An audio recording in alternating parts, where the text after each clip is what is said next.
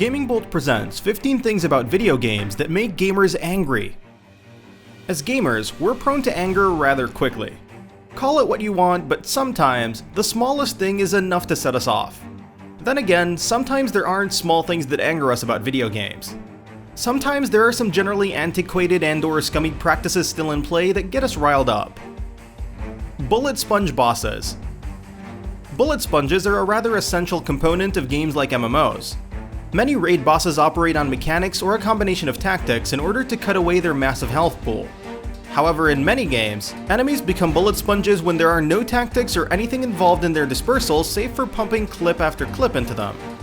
Destiny's Year 1 was most guilty of this, featuring bosses with enormous health pools and little to no strategy to fell. Microtransactions. Like those alternate skins in Evolve? How about that additional monster? Pay for them all and try them out if you so wish.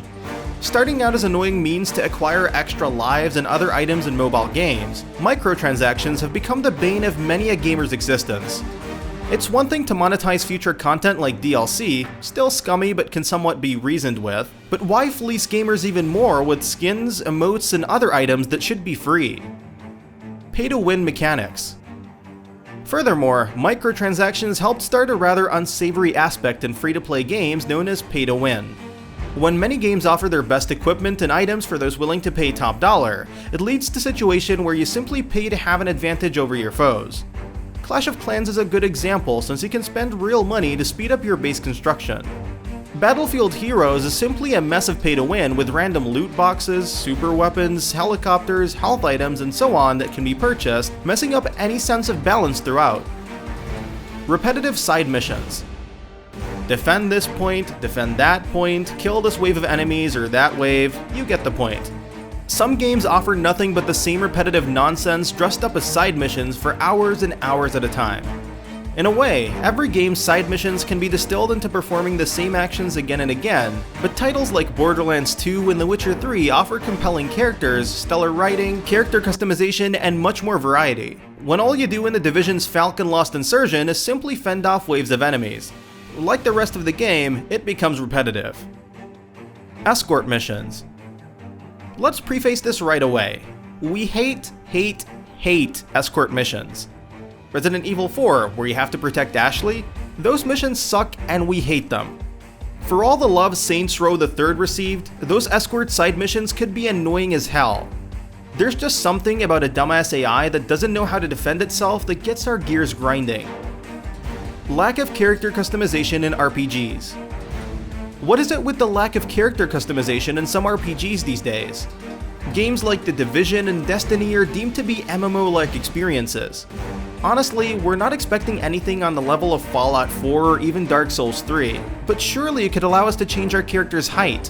How about some more variety in hairstyles and faces? Maybe different physiques? Apparently not. Episodic games. In the beginning, we didn't really mind episodic games like The Walking Dead or The Wolf Among Us. This is because they existed primarily as episodes, self-contained experiences that made up a larger whole with the rest of the narrative. Enough can be said about how Telltale lost that magic, but the episodic format in general these days is tiresome. Hitman is a fine example, offering the best gameplay and worlds the series has seen, but dividing the experience up into episodes which emphasize replaying the mission to hunt other targets as opposed to, more story. Wonder how that's going to work with the Final Fantasy VII Remake. Excessive grinding. Nearly every RPG has a grind of some sort, but that grind is meant to get you to the better parts of the game. It's not meant to be the game. Take Torchlight 2 for instance.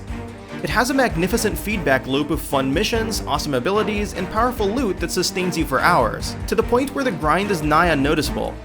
Now look at The Division, a game where the experience essentially stops at gear score 183 and which forces you to play endlessly for the chance to craft one high-end item, which could very well suck.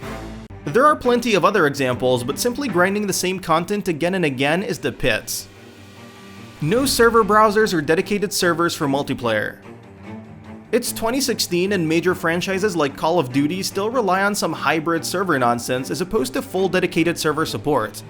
We're not going to excuse DICE either because games like Star Wars Battlefront on consoles don't even have server browsers, letting you choose matches based on your ping and location. The list, which includes Battleborn, Destiny, etc., just keeps going.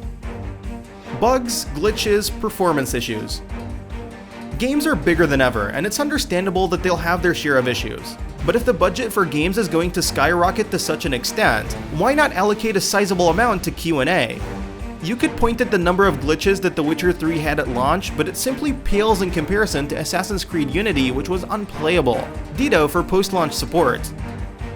Short single-player campaigns. Multiplayer is the way of the future? Screw that noise, because games like Uncharted 4, A Thief's End, Metro Last Light, Saints Row 4, Grand Theft Auto 5, and much more have proven that a lengthy single-player experience is possible across all genres. So why then are there games like Halo 5, Guardians, or Destiny plagued with such short campaigns?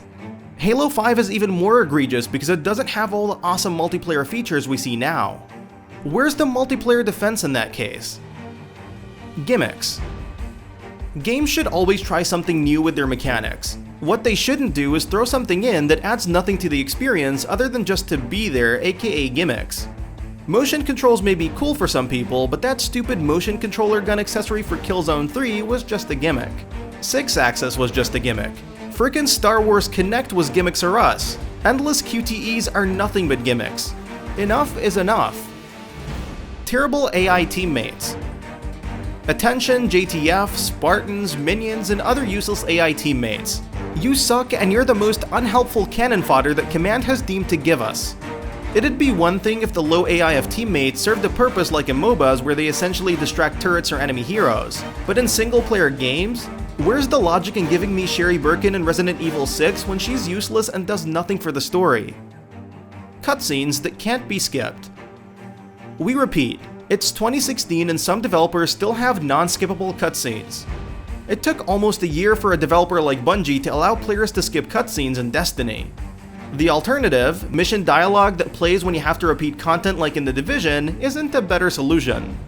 The worst offender is having to rewatch the same cutscene when you die, usually before a boss fight.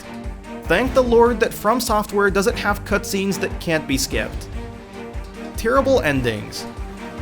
This will forever remain a sore subject, but there are plenty of great games which have meh kind of endings.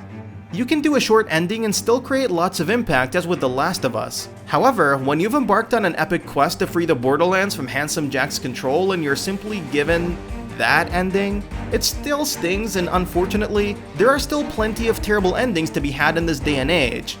Like in Final Fantasy XIII, Assassin's Creed Unity, Far Cry 4, Dragon Age 2, and so on.